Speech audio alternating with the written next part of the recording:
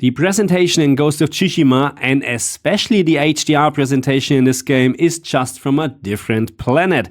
Ghost of Tsushima was one of the first games what I experienced in HDR on my LG CX back then. And I'd just like to quickly remind you that this game was already released on the PlayStation 4 several years ago. A little bit later we got a native version for the PlayStation 5, and now several years later we have this game finally on the PC. And when we're now talking about HDR and when we're comparing HDR between console and PC, then no worries at all, because we have the exact same quality from the console also on the PC. Unfortunately, right now, at this very moment when I recorded this video, we have some bugs with the HDR settings on the PC version. Speaking about settings, let's start with the brightness setting, which is not buggy. This setting works as intended, and the standard factory setting is 50. This setting is responsible for details in shadows. You can either decrease or increase the setting and you will have either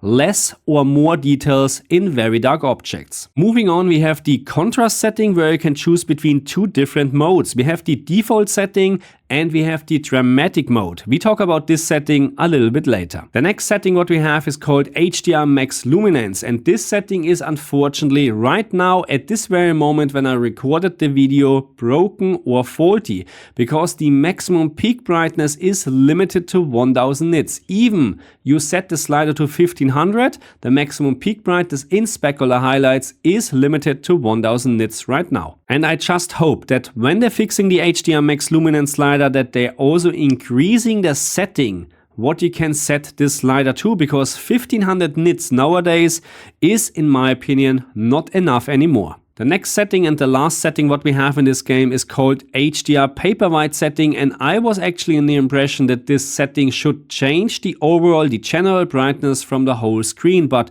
all what is happening right now is when you change this setting, when you increase or decrease it, it will change the option menu or user interface objects on the screen. There is no difference in the general brightness on the screen right now when you change this setting. So in my opinion, this slider is faulty as well. And now let's move on and let's talk about contrast. Contrast is always the difference between the darkest part from a picture and the brightest part from a picture. So that means when you have a perfect HDR black level floor and when you have very bright specular highlights, you have an absolute fantastic contrast. In this case, the contrast is really superb, because the HDR black level floor in this game is without a doubt on a reference level.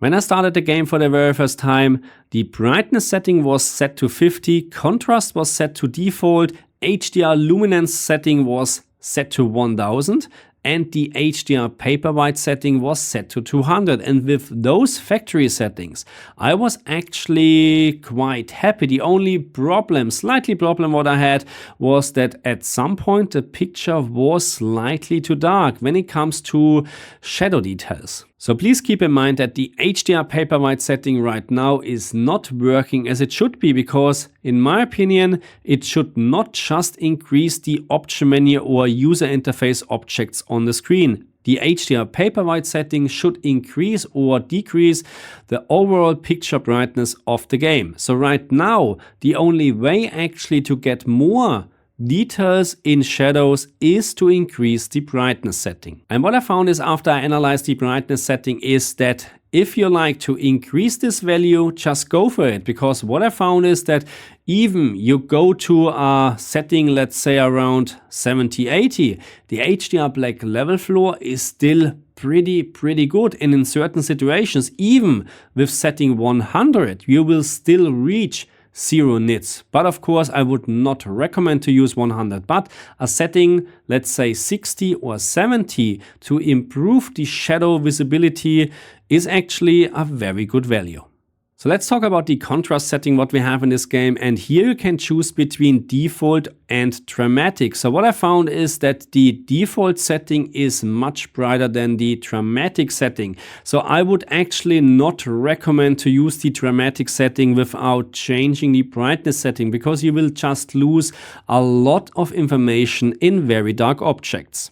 And we talked about this already, but let's make it very clear again. The HDR Max Luminance slider right now, at this very moment, is broken. The maximum peak brightness in specular highlights is limited to 1000 nits. Even you set this slider to 1500 nits. Also broken is the HDR paper white setting right now, because all what this setting is doing right now is just increasing or decreasing the brightness from user interface objects on the screen or the menu in general. So let's take a closer look on the HDR color space, what is used in this game. And unfortunately, as in many other games, not much. 99% of the time we're talking about SDR colors. Just very minor DCI-P3 color space is in use. And because I know you will ask me this question, should you use dynamic tone mapping on, dynamic tone mapping off, or HGHG? And as always, it is very hard to answer because I don't know what you like better.